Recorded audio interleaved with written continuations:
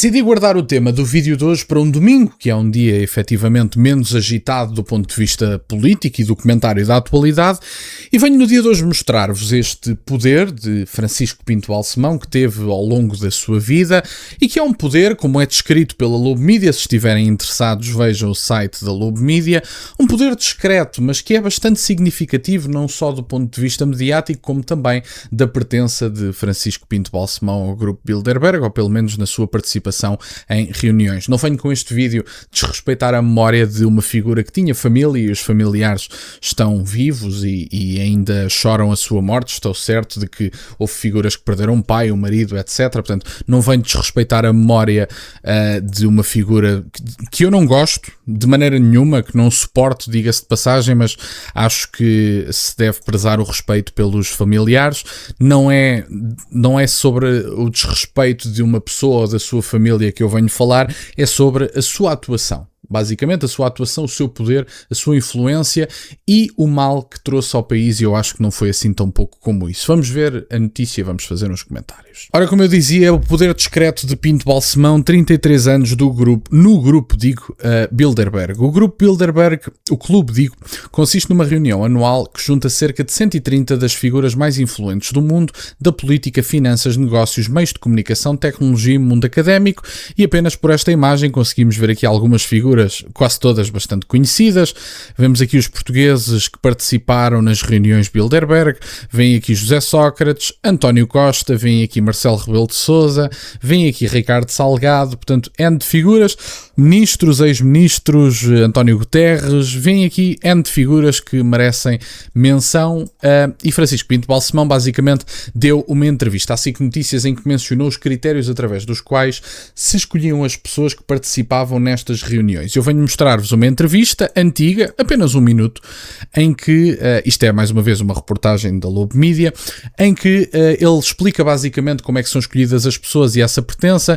Uma entrevista que está em parte a ser conduzida por Anselmo Crespo, mais novo. Vão perceber que Anselmo Crespo, como todos nós, envelheceu e portanto pode, não sei se está irreconhecível, eu acho que se conhece bastante bem, e portanto vamos ver o comentário que é feito, esta questão sobre a influência e como é que são escolhidas as pessoas que participam nestas reuniões. Vamos ouvir a pergunta de Anselmo Crespo e a resposta de Francisco Pinto Balsemão. Esse grupo de Bilderberg, que foi notícia agora recentemente por causa do convite, António José Seguro e a Paulo Portas, sendo que o grupo existe há muitos anos e já lá foram muitos portugueses convidados por si, presumo que todos.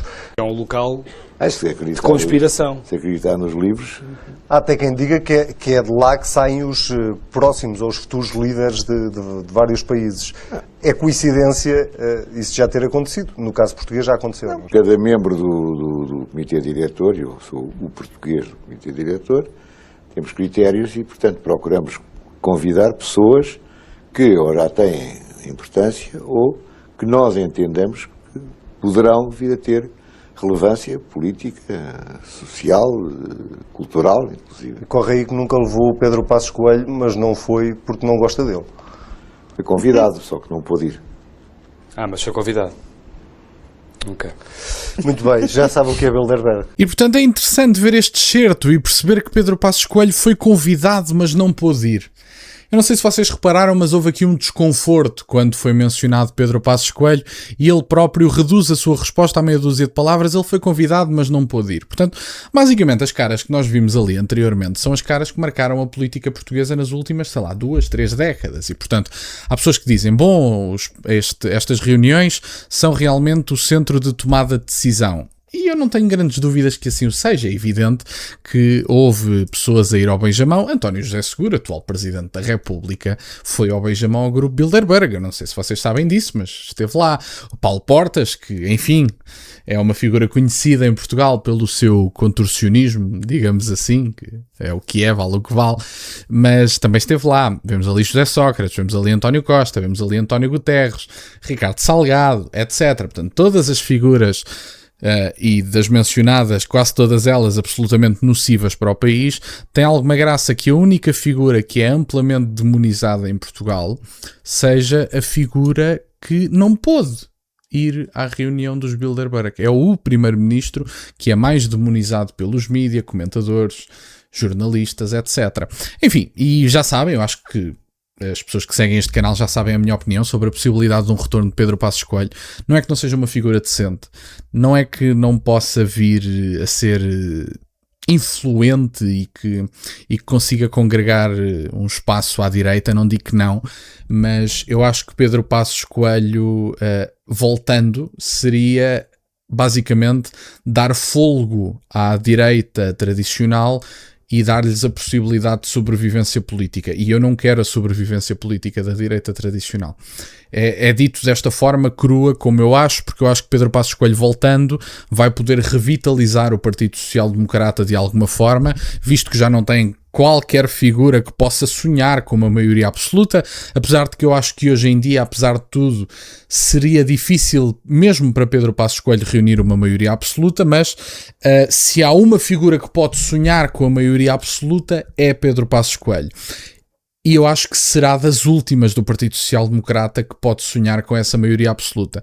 E eu acho que ele voltando seria um problema para a reconfiguração da direita portuguesa, porque a direita tradicional, habituada a perder, que joga tranquilamente o jogo com as regras do adversário, que, aliás, que tem mais ou menos aquele lema absolutamente desprezível e medíocre do o importante é participar, nós estamos aqui, mas não temos bem causas, portanto, a moderação, temos que escolher o centro, portanto, é o centro entre uma mentira e uma verdade. Eu não sei se já ouviram dizer isto, mas é uma frase também de sabedoria popular, e a sabedoria popular tem muitas frases que realmente são verdade e acabam por explicar o mundo. Mas entre uma mentira e uma verdade, se vocês alcançarem o consenso entre a mentira e a verdade, quem sai a perder é sempre a verdade. Não sei se já se aperceberam, porque estão a abdicar de parte da verdade para ceder à mentira, e portanto o centro não é a solução e não é o que diz a maioria que faz sentido obrigatoriamente, e em Portugal temos uma história recente que espelha isso perfeitamente. As reuniões do Clube Bilderberg são vetadas aos jornalistas e realizam-se normalmente num hotel isolado. Entre os participantes estão nomes ligados à Comissão Europeia, NATO, FMI e Nações Unidas. Por exemplo, Bill Clinton participou no encontro Bilderberg de 91, antes de vencer as eleições presidenciais norte-americanas no ano seguinte. Este caso é o mais emblemático.